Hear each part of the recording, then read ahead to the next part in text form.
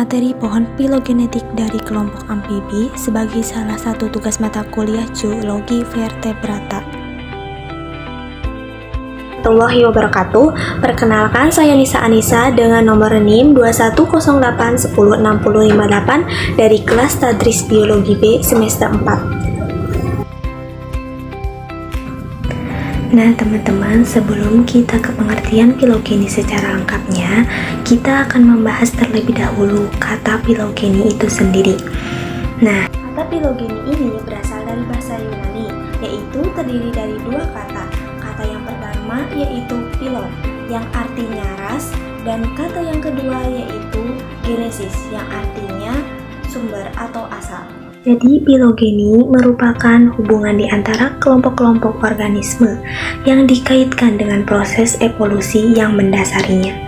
Adapun definisi lain menurut Winda pada tahun 2021 dalam jurnalnya menjelaskan bahwa filogeni adalah gambaran suatu klasifikasi yang menunjukkan hubungan antara satu makhluk hidup dengan yang lainnya. Klasifikasi sistem filogenetik ini telah tersusun berdasarkan pada persamaan suatu fenotip yang mengacu pada sifat-sifat morfologi, gen, tingkah laku yang diamati, dan pewarisan sifat keturunan yang berhubungan dengan evolusioner jenis nenek moyang hingga pada cabang-cabang suatu keturunannya.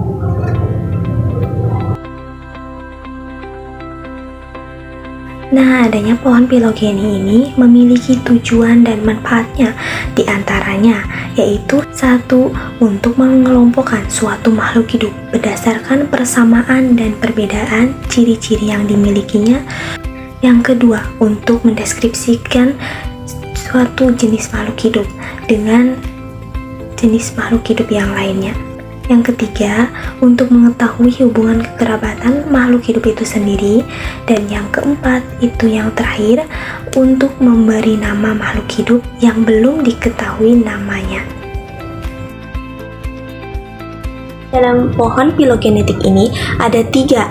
Yang pertama itu ada monofiletik, yang dimana merupakan sekelompok organisme ya dalam takson yang sama dan memiliki nenek moyang yang sama. Yang kedua itu ada parafiletik, adalah sekelompok organisme yang berasal dari nenek moyang yang sama, namun tidak mencakup seluruh organisme dalam takson. Yang ketiga itu ada polyphyletic, yang dimana merupakan sekelompok organisme yang berasal dari nenek moyang yang berbeda namun memiliki sifat yang sama. Nah teman-teman, bisa kita lihat contoh pohon filogenetik ini. Spesies pertama ada Odorrana hoshi atau kongkang racun, memiliki hubungan kekerabatan yang sangat dekat dan masih memiliki nenek moyang yang sama dengan spesies keduanya, yaitu Microhyla acatina atau persil Jawa, sehingga mereka ini disebut monofiletik atau bisa disebut juga dengan sister group. Selain itu, mereka juga memiliki kesamaan pada ordo dan kelasnya, yang dimana mereka itu termasuk ke dalam kelas amfibi dan ordo Anura. Nah, jika dilihat dari ciri morfologinya juga, mereka ini sama-sama memiliki tubuh yang besar atau lebar dan kakinya berselaput, serta memiliki membran timpani di bagian belakang matanya. Oleh karena itu, Odorrana hoshi dan Microhyla acatina ini termasuk ke dalam monofiletik. Ada spesies yang ketiga yaitu Necturus maculosus atau salamander air, yang dimana spesies ini masih berhubungan loh dengan Odorrana hoshi dan Microhyla acatina atau spesies yang di atasnya, karena masih termasuk ke dalam sister group yang memiliki satu nenek moyang atau berasal dari nenek moyang yang sama namun berbeda keturunan, yang dimana spesies Necturus maculosus ini berbeda ciri morfologi yaitu memiliki tubuh yang panjang dan kulitnya licin dibandingkan dengan ciri morfologi Microhyla acatina dan Odorrana hoshi yang dimana mereka memiliki kulit yang kasar dan bertubuh gemuk.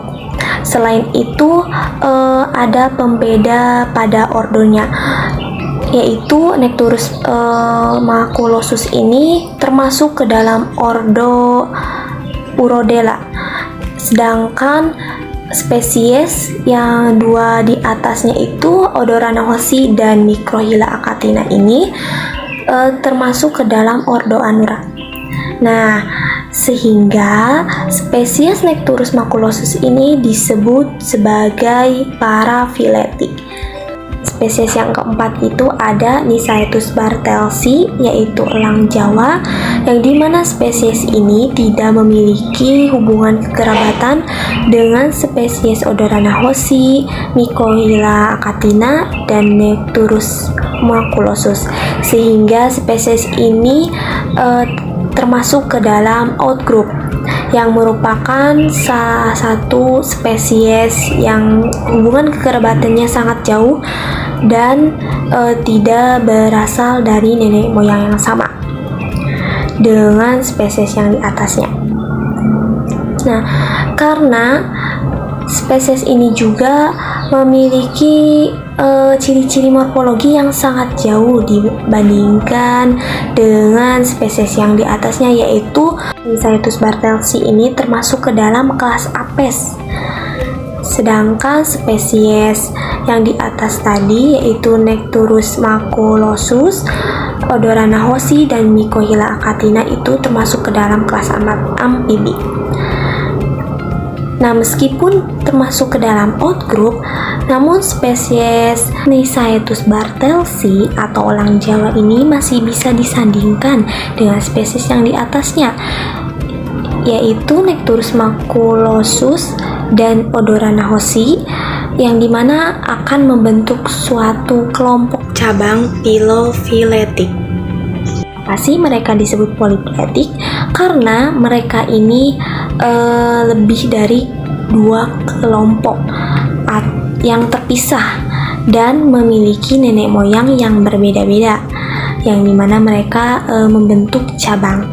Selain itu, Nisaetus bartelsi juga dapat disandingkan dengan Necturus maculosus dan Microhyla acatina yang membentuk polifiletik yang membentuk polifiletik.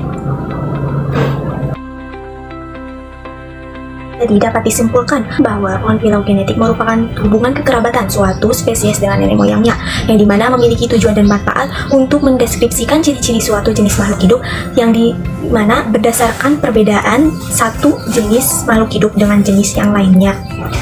Nah, dalam filogenetik ini memiliki 3 istilah, yaitu yang pertama ada monofiletik, yang kedua parafiletik, dan yang ketiga polifiletik. Contoh pohon filogenetik yang telah dianalisis tadi dapat disimpulkan bahwa spesies Odorrana hoshi dan Microhyla acatina termasuk ke dalam monofiletik. Lalu yang ketiga itu ada spesies Necturus maculosus termasuk ke dalam parafiletik.